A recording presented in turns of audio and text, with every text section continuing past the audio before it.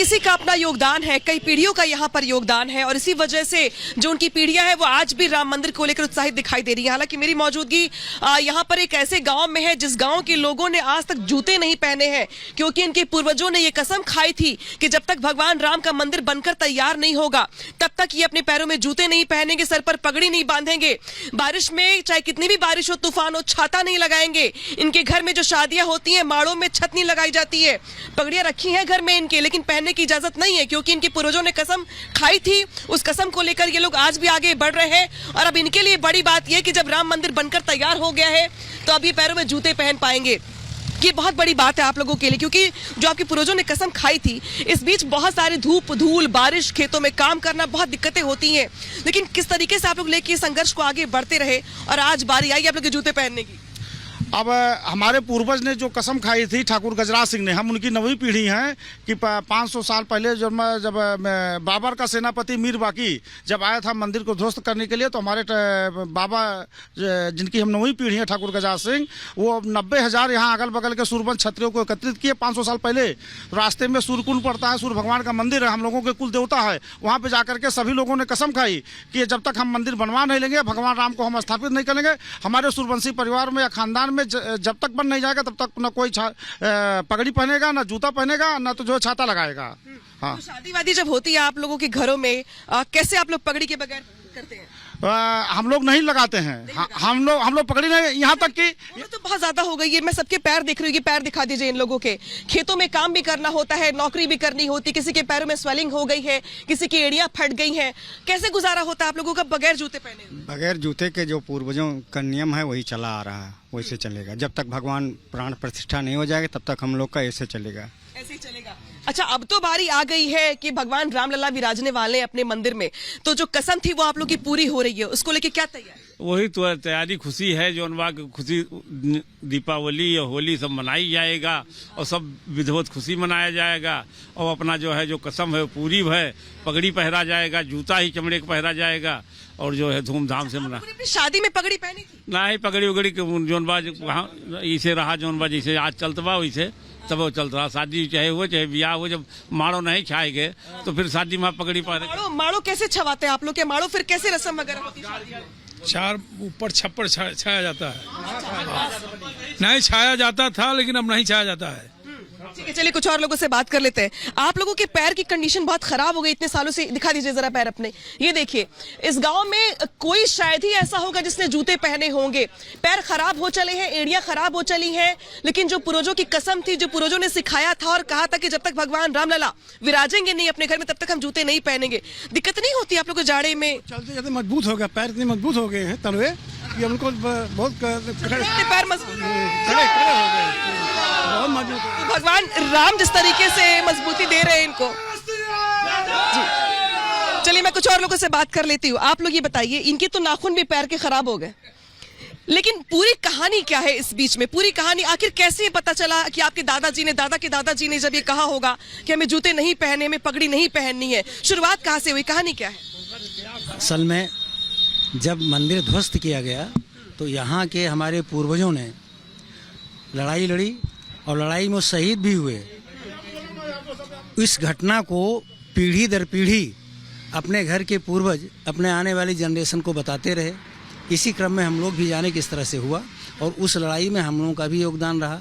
जो पूर्वजों ने लड़ाई लड़ी उन्होंने तो अपना बलिदान दिया और हम लोग उस लड़ाई में आज तक अनवरत उन्हीं संकल्पों को पूरा करते हुए लड़ाई के क्रम में आगे बढ़ते रहे। आप लोग अपने आप को भगवान राम का जो है वंश मानते हैं, सूर्यवंशी ठाकुर चूंकि वो भी थे और आप लोग हैं, और जिस तरीके से त्याग की अगर बात की जाए तो जो यंग जनरेशन है जब पूछती है आपसे कि क्यों नहीं जूते पहने हम, क्यों नहीं चमड़े के जूते पहने हम, क्यों नहीं हम छाता पहने हम, तो क्या कहते हैं आप? हम उस वंश के हैं जहाँ पिता की आज्ञा से मर्यादा पुरुषोत्तम भगवान श्री राम 14 वर्ष सहर्ष जंगल चले गए। माँ कौशल्या के पूछने पर कि बेटा जो पितुमात कहो बन जाना तो कानन सतवत समाना। अगर माँ कैकेयी ने कहा हो और पिताजी ने कहा हो तो अयोध्या से बढ़ करके तुम्हारे लिए वो जंगल होगा। हम उस वंश के हैं। हम अपने बच्चों को इस तरह से बताते हैं कि हमारे पूर्वज अगर इतना त्याग किए थे, अपने पिताजी के आज्ञा का पालन किए थे, तो आपको भी इसी तरह से होना चाहिए और जो संकल्प है हम उसका निर्वहन कर रहे हैं, आप भी निर्वहन करो। ठीक है। आप चाचा, आपके तो पैर बहुत ज्यादा खराब हो गए हैं, नाखून भी खराब हो गए हैं। कितनी उम्र हो गई आपकी? हम तो 60 से ऊपर हैं, 60 से ऊपर हो गए। ये तो आपकी एड़ी भी खराब हो गई है। आपने अब तक जूते नहीं पहने? नहीं जी, जाड़ा गर्मी बरसात शादी ब्याह रोजगार नौकरी कैसे करते हैं? सब ऐसे जला चढ़ जाते, खेती बाड़ी करते हैं, खेतीबाड़ी भी करते हैं, खेतों में भी ऐसे ही जाते हैं। सब आना जाना ऐसे हो। तो अब तो मंदिर बनकर तैयार हो गया है, अब आप लोग पहनेंगे जूते? हम भी जूता जरूर पहनेंगे। हाँ। अच्छा, आपकी जब शादी हुई होगी तब पगड़ी पहनी थी आप? नहीं जी, पूरे गांव में कोई नहीं पहना? पूरा हाँ, कोई गाना। चलिए कुछ और लोगों से बात कर लेते हैं। आप ये बताइए कि जो कहानी है इसके पीछे, जब कहा जाता है कि जब बाबरी जो बाबर था वो अपने मीर बाकी को लेके हमला करने के लिए पहुंचा था, उस वक्त बहुत लोगों ने जान दी, अपनी त्याग दिया। इसके बाद कसम खाई गई कि नहीं, जब तक मंदिर नहीं बन जाएगा तब तक हम। लेकिन इसके पीछे की जो कहानी है, जो जिसे जोड़ती है आप लोगों की पीढ़ी, वो कहानी क्या है? वो कहानी है कि हमारे दादा बाबा जब वहाँ शहीद हो गए तो उसके बाद से जो उन्होंने कसम खाई थी उस प्रतिज्ञा को हम लोग पूरा कर रहे हैं। अब वो समय आ गया है, हम लोगों की प्रतिज्ञा पूरी होने जा रही है। 22 तारीख को रामलला गर्भगृह में स्थापित होने जाने हैं।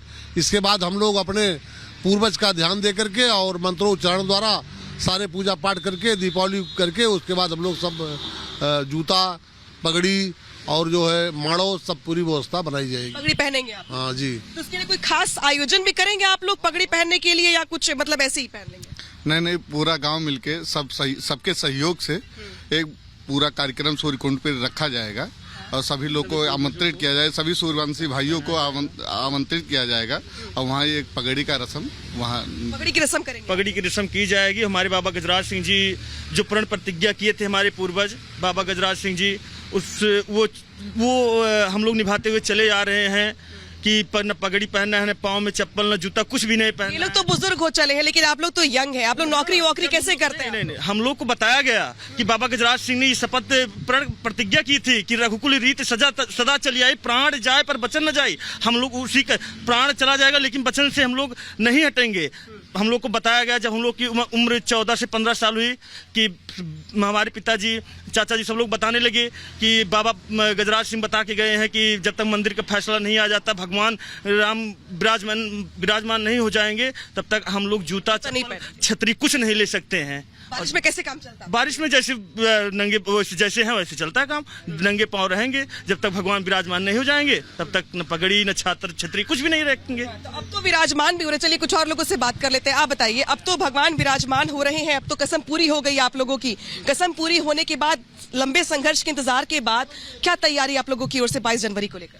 22 जनवरी को हम सभी लोग सूर्यवंशी भाइयों जो है, जो हमारे बाबा गजराज सिंह ने जो शपथ ली थी, सूर्यकुंड पर जा करके जो है 90,000 छतरियों को एकत्रित कर करके जो है कि हम लोग अपने सर पर जो है पगड़ी, पैरों में जूता चप्पल और छतरी नहीं लगाएंगे। तो रामलला विराजमान हो रहे हैं, वो अपने गर्भगृह में जा रहे हैं माननीय न्यायालय के फैसले से और माननीय प्रधानमंत्री योगी जी और मोदी जी और योगी जी के सहयोग से। हम उनसे एक निवेदन और करना चाह रहे हैं जो है कि वो हमारे बाबा गजराज सिंह जी के नाम से जो है, जो उन्होंने इतना बड़ा त्याग बलिदान किया जो है, और जो लगभग आज 550 वर्षों से जो है हम आज तक जानते हैं, हम नवीं पीढ़ी तक उस परंपरा को निभाते चले आए हैं।